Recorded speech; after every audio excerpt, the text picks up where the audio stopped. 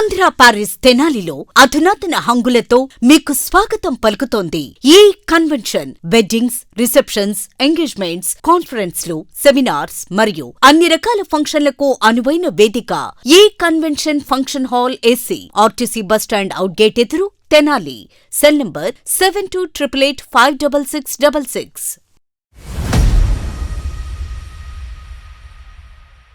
సంక్షేమం, అభివృద్ధి పేరిట ప్రవేశపెట్టిన గత ప్రభుత్వ బడ్జెట్ లక్షల కోట్ల అప్పులను మిగిల్చి వెళ్లిందని, ఆర్థిక క్రమశిక్షణతో కూటమి ప్రభుత్వం ప్రవేశపెట్టిన 2026 బడ్జెట్ వైఎస్సార్సీపీకి చెంపపెట్టు అని ఎమ్మెల్సీ ఆలపాటి రాజేంద్రప్రసాద్ అన్నారు. ప్రభుత్వానికి రెండు కళ్ళు అయినటువంటి సంక్షేమం, అభివృద్ధికి రాష్ట్ర ప్రభుత్వం ప్రవేశపెట్టిన బడ్జెట్ ఓ మైలురాయిగా నిలిచిపోతుందని ఆలపాటి కొనియాడారు. తెనాలి ఈడీపీ కార్యాలయంలో ప్రత్యేకంగా నిర్వహించిన మీడియా సమావేశంలో ఎమ్మెల్సీ ఆలపాటి బడ్జెట్ను విశ్లేషించారు. గతంలో ఎన్నడూ లేని విధంగా 2026-2027 గాను 3.32 వేల కోట్ల రూపాయలతో బడ్జెట్ ప్రవేశపెట్టి భారతదేశంలోనే ఒక సంచలనాన్ని సృష్టించారని అన్నారు.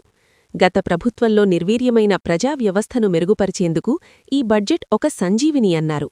అన్ని వర్గాల ప్రజలను వేధించి వారి శ్రమను దోచుకున్న గత ప్రభుత్వ పాలకులకు ఈ బడ్జెట్ ఓ చెంపపెట్టు అన్నారు. ముఖ్యంగా గత సంవత్సరం వార్షిక బడ్జెట్ 2.92 కోట్లు ప్రవేశపెడితే ప్రజా అవసరాల దృష్ట్యా 2026లో 3,32,205 కోట్లతో బడ్జెట్ ప్రవేశపెట్టడం హర్షణీయమని ఆలపాటి అన్నారు. రాష్ట్ర అభివృద్ధి లక్ష్యంగా ఎన్నడూ లేని విధంగా మూలధన వ్యయానికి 53,915 కోట్లు అభినందనీయమన్నారు. ఎన్నికల హామీల్లో ఇచ్చిన సూపర్ సిక్స్ పథకానికి కూడా పెద్ద ఎత్తున బడ్జెట్ కేటాయించడం పట్ల ప్రజలు, నాయకులు సంతోషం వ్యక్తం చేస్తున్నారన్నారు. ఆర్థిక క్రమశిక్షణ పాటిస్తూ వ్యవసాయం, సాగునీటి రంగం, వైద్య, విద్యారంగాలని బలోపేతం చేస్తూ యువతకు ఉపాధినిచ్చే పెట్టుబడులను ఆకర్షిస్తూ బడ్జెట్ రూపొందించిన ప్రభుత్వాన్ని మరోసారి అభినందించారు. విజన్ 2047 లక్ష్యంగా ప్రభుత్వం పనిచేస్తుందని, ఈ బడ్జెట్ రాష్ట్రాన్ని అభివృద్ధి బాటలో నడిపేందుకు దోహదపడుతుందన్నారు. కార్యక్రమంలో టీడీపీ నాయకులు, కార్యకర్తలు, అభిమానులు పాల్గొన్నారు. రాష్ట్ర బడ్జెట్ 26-27 సంవత్సరానికి ప్రవేశపెట్టిన విధానాన్ని మనం ఒకసారి గమనించాలి. ఈ 19 నెలల కాలంలో మనం 3 బడ్జెట్లను చూసినటువంటి పరిస్థితి. 25-26, 24-25, ఇది 26-27. మన రాష్ట్రంలో మనం పరిపాలించుకోవాలని చెప్పి బయలుదేరినటువంటి ప్రస్థానం నుంచి ఈనాటి వరకు కూడా ఎన్నో ఎత్తుపల్లాలు చూసాం. ఆనాడు రాజధానిని ఏర్పరచడానికి ప్రజా దాతృత్వంతో, రైతుల యొక్క సహకారంతో రాజధాని 2019 తర్వాత ఏర్పడినటువంటి ప్రభుత్వం ఈ రాష్ట్రంలో ఉన్న ప్రతి పౌరుడు కూడా నష్టం జరిగేలాగా, అలాంటి పరిస్థితి నుంచి మరలా ఈ 19 నెలల కాలంలో అన్ని వర్గాల్ని, అన్ని వ్యవస్థల్ని గాడిలో పెట్టుకుంటూ అభివృద్ధి, సంక్షేమం రెండు కళ్ళలా చూసుకుంటూ ఈ రోజున మరొకసారి ఈ బడ్జెట్ను ప్రవేశపెట్టినటువంటి అంశాన్ని మనం గమనించాలి. గత ప్రభుత్వం యొక్క పని విధానం వల్ల, కేంద్రం నిధుల్ని మనం ఉపయోగించుకోకపోవటం వల్ల, మినిమం కాంట్రిబ్యూషన్ కూడా మనం ఏదైతే మన యొక్క కాంట్రిబ్యూషన్ని ఏదైతే యాడ్ చేయాలో వాటిని యాడ్ చేయకుండా నిధుల్ని వాళ్ళు ఇష్టం వచ్చినట్టుగా పక్కదావాలకు మరలించి ప్రజా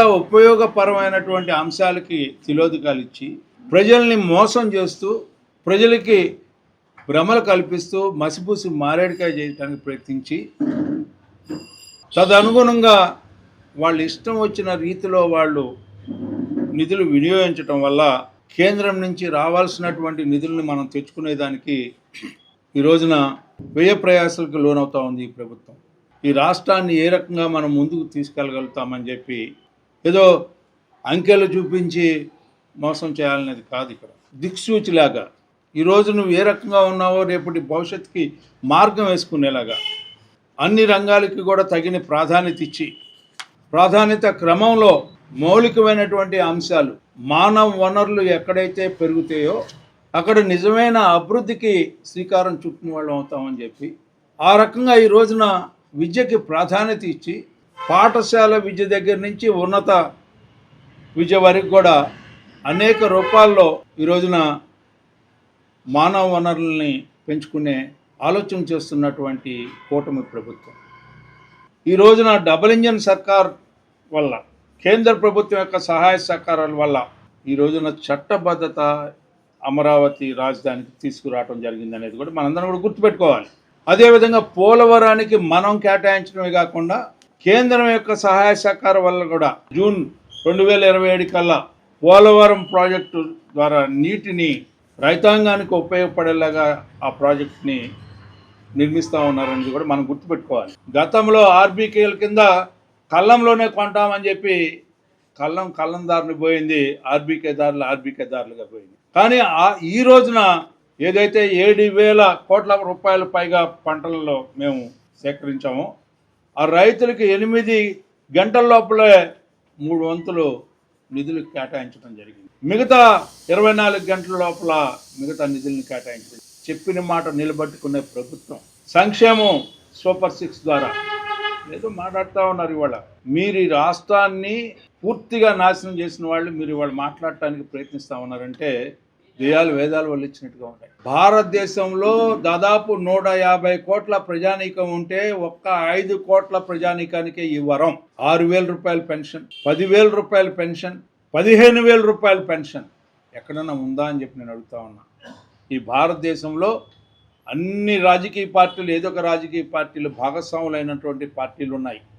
కానీ నేను అడుగుతా ఉన్నా, ఏ ఒక్క రాజకీయ పార్టీకైనా సరే ఇలాంటి ఆలోచన, ఇలాంటి పేదవాడి యొక్క పొట్టని నింపాలనే ఆలోచన ఎక్కడైనా ఉందా అని చెప్పి నేను అడుగుతాను. ఇది ఒక మహత్తరమైనటువంటి ఆలోచన. ఇది చంద్రన్న మేధస్సులో పుట్టినటువంటి బిడ్డ ఈ యొక్క సంక్షేమం అని చెప్పి చెప్పుకోవాల్సినటువంటి అవసరం. ఆ రకంగా 1,000 రూపాయలు పెంచడానికి 5 ఏళ్ళు కాలం పట్టింది. కానీ ఇవాళ సాక్షిలో రాస్తూ ఉన్నారు, ఏదేదో రాసుకుంటా ఉన్నారు.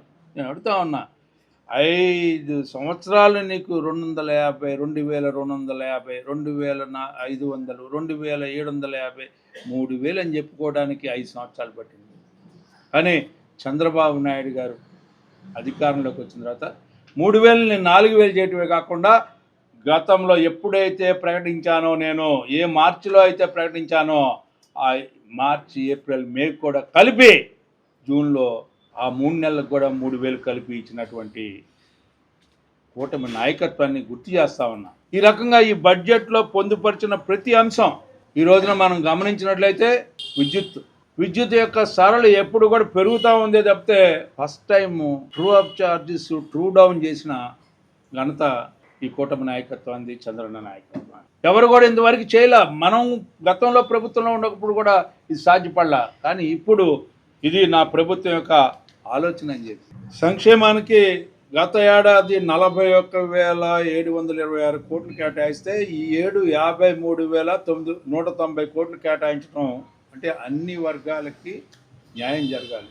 సమన్వయంతో, సమగ్రతతో ఈ రోజున ఈ రాష్ట్రంలో నివసించే ప్రతి ఒక్క వర్గానికి కూడా న్యాయం జరగాలన్నదే. బీసీలకి 51,021 కోట్లు, ఎస్సీ సంక్షేమం కోసం 20,644 కోట్లు, ఎస్టీ సంక్షేమం కోసం 9,190 కోట్లు. మైనార్టీలు గతంలో ఎప్పుడు కూడా మైనార్టీలకి ఇవ్వటం అనేది లేదు. మన ప్రభుత్వాలు వచ్చినప్పుడే, మనం పరిపాలించినప్పుడే వాళ్ళకి న్యాయం జరగాలని చెప్పి వాళ్ళకి అసలు హాజ్కి వెళ్ళే కార్యక్రమానికి కూడా నాంది పలికింది. వాళ్ళకి ఒక కార్పొరేషన్ ఏర్పరిచింది తెలుగుదేశం పార్టీ ఆవిర్భావం తర్వాత అని చెప్పి మనందరం ప్రతి ముస్లిం మైనారిటీ సోదరులు గుర్తుపెట్టుకోవాలి.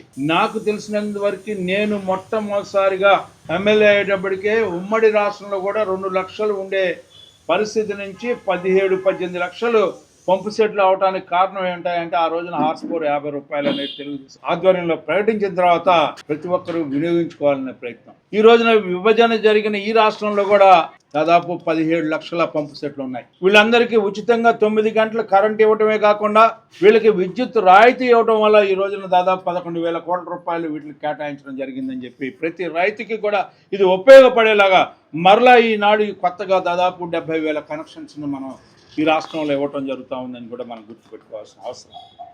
ఆ రోజున డాక్టర్ సుధాకర్ అయ్యా ఇక్కడ మాస్కులు లేవయ్యా అన్నందుకు వాడిని పిచ్చివాడిని చేసి ఆ డాక్టర్ గారిని చనిపోయేలాగా చేసినటువంటి వింత ప్రభుత్వాన్ని మనం శాంతి భద్రతలకు వస్తే ఈ రోజున వాళ్ళకి కావాల్సినటువంటి ఇన్ఫ్రాస్ట్రక్చర్ని క్రియేట్ చేయడమే కాకుండా ఎలాంటి పరిస్థితుల్లో అయినా సరే ఈ గంజాయి రాష్ట్రంలో గంజాయి లేకుండా చేయాలి, గంజాయి వనాన్ని పారదోలాలని చెప్పి ఈగల్ టీంని ఏర్పరిచి శాంతి భద్రతలను కాపాడే విషయం ఉక్కు పాదంతో అణిచివేస్తున్నటువంటి ఆ రకంగా శాంతి భద్రతను కాపాడుతూ ఉన్నటువంటి ప్రభుత్వాన్ని మనం చూస్తూ ఉంటాం. అంతేకాకుండా ఈ రోజున మౌలిక వసతుల కల్పనకి స్కిల్ డెవలప్మెంట్ ప్రత్యేకంగా 1232 కోట్లు. ఏది అవసరం సాంకేతిక పరిజ్ఞానాన్ని ఇవాళ గూగుల్ ఈ రోజున మనం తీసుకొచ్చుకున్నది డేటా సెంటర్ని, second centre in the history of the world. ఒకటి అమెరికాలో ఉంటే, రెండు భారతదేశంలో ఉన్నటువంటి ఆంధ్ర రాష్ట్రంలో ఉంటే వైజాగ్లో ఏర్పరిచినటువంటి ఘనత చంద్రబాబు నాయుడు గారు. పారిపోయిన పరిశ్రమలు పట్టుకొస్తా ఉన్నాం, పరిశ్రమలు నెలకొల్పుతా ఉన్నాం. ఏదైతే ఎన్నికల మేనిఫెస్టోలో ఆ రోజు చెప్పుకున్నామో ఉద్యోగ వసతిని కల్పిస్తాం, నిరుద్యోగ యువకులకి ఉద్యోగ ఉపాధిని ఉత్పాదకతని, ఆ రకంగా ఈ యొక్క రాష్ట్రాన్ని అన్ని రంగాల్లో పైకి తీసుకొస్తామని చెప్పి ప్రధానంగా ఈ ప్రభుత్వం బాధ్యత కలిగినటువంటి ప్రభుత్వం. ఈ ప్రభుత్వం మాటలు చెప్పే ప్రభుత్వం కాదు. ఈ ప్రభుత్వం యొక్క లక్ష్యం ఈ రాష్ట్రంలో ఉన్న ప్రతి ఒక్క కుటుంబాన్ని ఆర్థికంగా, సామాజికంగా, రాజకీయంగా అత్యున్నతమైన ప్రమాణంతో కూడినటువంటి సమాజంలో జీవించేలాగా చేయటం అనేదే ఈ కూటమి నాయకత్వం యొక్క ధ్యేయం అని చెప్పి, అలాంటి ధ్యేయంతో బాధ్యతతో కూడినటువంటి శైలితో పాలన చేస్తున్నటువంటి, పారదర్శకతతో కూడినటువంటి ప్రభుత్వంగా ఈ బడ్జెట్ మనం గుర్తించాల్సినటువంటి అవసరం. ఈ బడ్జెట్లో ప్రతి అంశం కూడా ప్రతి ఒక్కరూ తెలుసుకోవాల్సిన అవసరం ఉంది. ఈ యొక్క మీడియా సమావేశంలో పాల్గొన్నారు. మీడియా ద్వారా, ఎలక్ట్రానిక్ మీడియా ద్వారా, పేపర్ మీడియా ద్వారా ప్రజలందరికీ కూడా తెలిసేలాగా మీరు చేయాల్సిన బాధ్యత పార్టీగా, పార్టీ నాయకత్వంగా మనందరం కూడా ప్రతి పైసాకి ఏ రకంగా జవాబుదారితనంగా ఉందాం. We are the watchdogs of the treasury of this Andhra Pradesh. ప్రతి రూపాయికి కాపలా కుక్క ఈ ప్రభుత్వం అని చెప్పి